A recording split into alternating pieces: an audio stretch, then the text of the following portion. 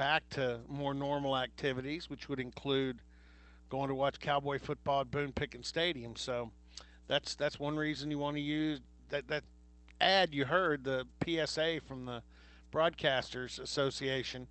You know, clean everything, stay away from people. Wash your hands, do all those safe things, and hopefully we can get this thing curbed. Joining us now from the defensive side of the ball, Joe Bob Clements. And Coach, how are you? I'm doing good, Robert. Yourself? Doing good. I saw the last spring practice, I think it was, on that Thursday.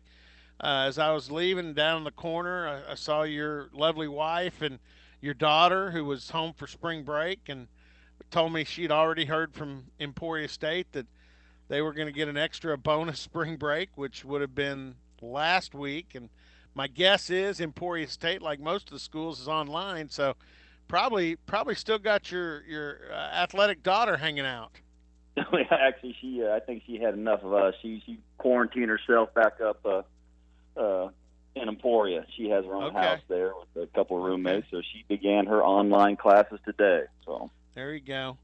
Well, I hope everybody's staying safe. And I was going to ask you this: we had a chance to hang out some in Houston at the Texas Bowl, and found out that you're always into doing something outdoors. You're very much an outdoorsman, and I didn't realize you'd become that you were training for the Tour de France, but you've become quite the cyclist. So, what are you able to do outside? What are you doing to keep yourself physical during this?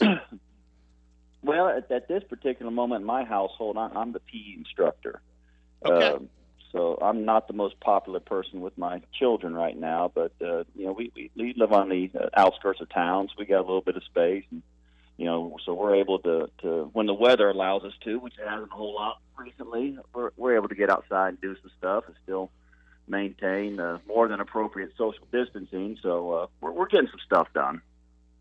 Yeah, I talked to a neighbor of yours. I called to check in on him. He's a good friend, Coach Wadley, and said you guys were doing a little.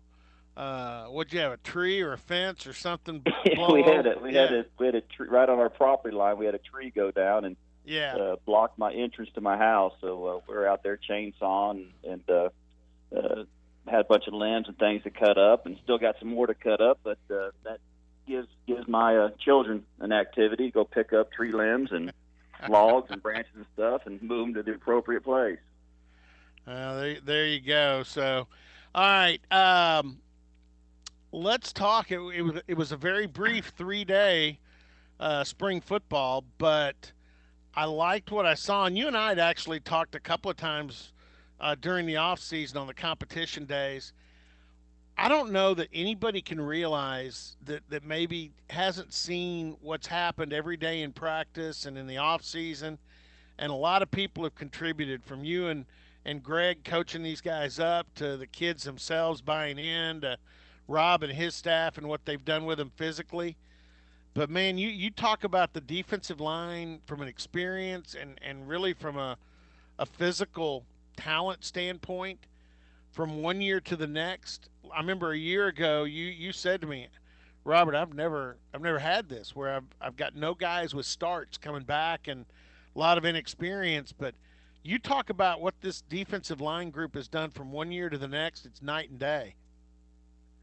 Yeah, I mean, and that's true. I mean, I'd never gone through my career what we had to go through last year with the youth. And, we're opening up on the road against Oregon State, and I've never had two freshmen on the field, let alone four at once. We were watching cut-ups, and at one point I had four freshmen on the field, two redshirt and two true freshmen, and that just it's something I'd never had to go through before. And it's credit to the kids.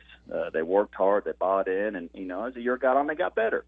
We had our growing pains, and I knew that there was going to be quite a few, and there were. But the got a good group of players, and they work so hard, and where they're at right now is a testament to one, their effort, two, Coach Glass and his staff, and we pushed them hard this offseason, pushed them real hard, and they rose to the challenge. They bought in, they competed, And it got to the point where we had to try to push them even harder just to test them because they were eating the workouts up and they were getting better and they were getting bigger, getting stronger, getting faster, and just doing a lot of good things right now. And it's a shame that the spring ball got cut short, but that's probably one of the least uh, uh, worrisome things in society right now is sports. And even though we all miss it, but there's a lot more important things going on. But just a little bit that got to watch the guys. It's a good group, and what I went through last year was something I never gone through before. And really, I'd have to look back to see if I've ever returned all four starters before. I don't know if I ever have. And not only four starters, all the backups. Um, we got three deep going into next season with playing experience, so it's pretty exciting. And I brought this guy up in particular to you because I remember when Cameron Murray came in from Bryan, Arkansas, and I cover the recruiting aspect of it, and I don't pretend to know more than coaches do as far as evaluating, but I think I can put guys in a category, and the category I initially put him in, he is far overachieved. I thought he would just be a guy that if he played some, it'd be great, and he made good grades, which he has. That would be another way for him to serve the program, but he has gone way above that. I talked to him after the first spring practice, and I told him honestly, I just want to compliment you. And when I talked to you about him, you have the same admiration. This is a guy that's probably overachieved what anybody thought he was going to do at Oklahoma State, and he's got another year to get more done.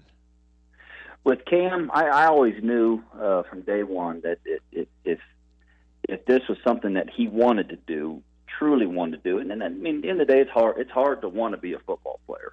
Yeah. There's a lot more days that are rough and tough and not much fun, as opposed to days that are fun. You basically work your tail off for 12, 13, 14 days out of the year. And Cam, I always knew he had the athleticism coming out of high school. I knew he needed to gain some strength and gain some size, and that's where the non-fun part is. That's working with Coach Glass in the weight room.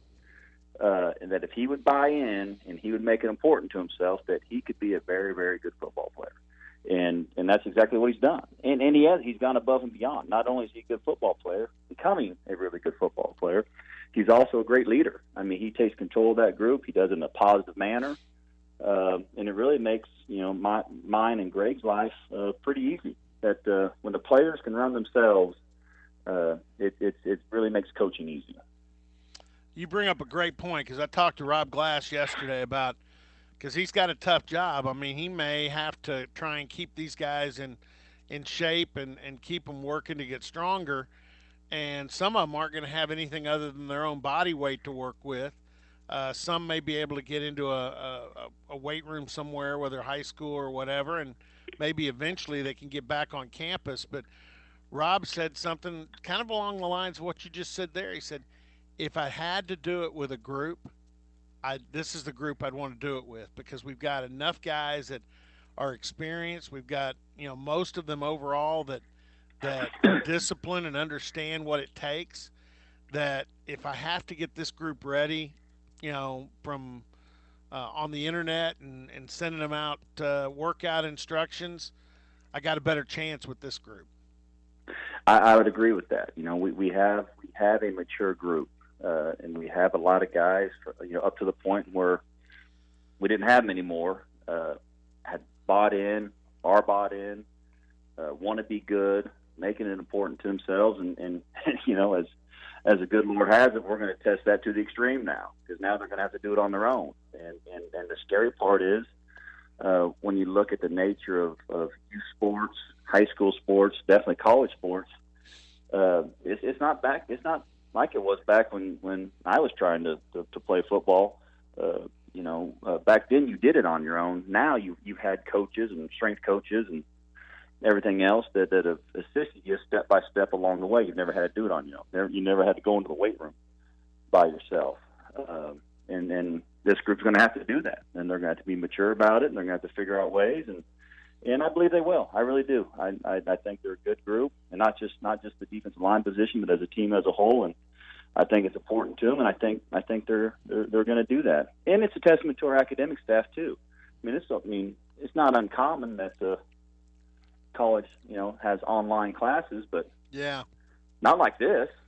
This is a whole new world that they have to deal with, and I believe our academic staff is they're working their tails off to get these guys in line, and our guys get to show some responsibility and really take care of themselves, and we believe they will. Along those same lines, that's kind of where the coaches are left to a degree when it comes to recruiting because there's not going to be any more spring practices. It seems like, at least not in the near future, for guys to come on campus and prospects to check things out. We talked to Coach Wozniak, and I know Coach Gundy told me the same thing over a week ago. He's not certain the staff will have a chance to get out in May. So right Really now, can't count on it. no. So right now it's phone. So it's really a lot of recruiting the old-fashioned way on phone, and then the newfangled way, which is using the social media platforms. Yeah, it's different. you know, it makes it challenging to come up with new conversations. Well, how's that sound in your house today? Well, mine's doing good. It's, how's quarantine life? Practice social distancing. I mean, it's the topic of conversations have really become limited. So you kind of got to get creative on the what you can talk about. Yeah, learned any new card games lately? I mean, that's kind of that's Yeah, exactly. that's the crazy thing with this. So, um, well, again, I appreciate you coming on, and I can't wait to hopefully get back to some football at some point. And in the meantime, I guess you're probably a little bit like Coach Waz. We first contacted him this morning. He was watching a little Oregon State, and I got to admit, right before we came on with you, because we get the Exos feed, I thought, I wonder if my Exos has been updated, and I logged in, and there it is, first four games, and so Yep. I may get bored. Well, I know I'm not going to get bored. I know I'm gonna tap in and watch some of that. So I just like watching it for the heck of it. It become Yep. entertainment. But That is anyway, that is how I generally spend my afternoons. I still try to keep a schedule. Morning is for the wife and coffee and breakfast, and after that, then it's whatever to-do list that I haven't got accomplished in the past eternity of being a coach and not getting stuff done. So I'm trying to chip away at those as sure as possible. And in the afternoons, a little bit of opponent prep and watching some film, and evenings PE class. We'll get a little workout in before dinner. there you go. Now, are you able to get out and bike some? Well, the bike's in the shop right now. I had Oh, to that's after that race and that mud-a-thon. It has been bogged down, and there's parts oh. of it that should be working that aren't working, and so it's in the shop. So did you do that? The district's big mud event? Yeah, I did the 50 mile. Wow. How'd that go I, for you? Other than I, other than the fact the bike's in the shop, you didn't have to go to the shop, did you? no, no, I Okay. recovered pretty well. Good. It was miserable but exhilarating. There wasn't a single part that I described as fun, but I felt accomplished when it was over. I think I placed somewhere around 33rd, maybe. I don't know, which I was just happy to survive. And again, I did the 50. Some of those guys that got through Did the the 100, 100? they're just a different animal.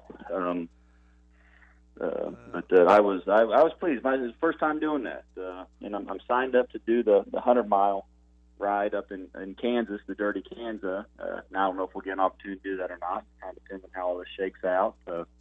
But no, I enjoy it. It's just a new hobby and a little bit easier on my joints than some of the other stuff I'm used to doing. well, I know this from the conversations at the bowl game. I do admire I do admire you for testing yourself. So 50 miles in the mud, that yeah, I admire that. That's good stuff. The way I understand, it's the first time I really got a true sense of what Oklahoma red dirt's all about. Because it was I'm still picking it out of my ears. It's more fun. It's more fun for me to hear about than actually try. So I appreciate that. I can hear you talk about it, and then I feel like I don't need to go do that kind of thing. So, but hey, Joe Bob, I appreciate it. Take care of your family, and we'll look forward to getting together sometime, hopefully in the near future. Likewise, return to normalcy at some point. All right, Joe Bob Clements, Cowboys defensive line coach, and appreciate him coming on with us. And with that, we will take a time out. We'll come back. Stay with us.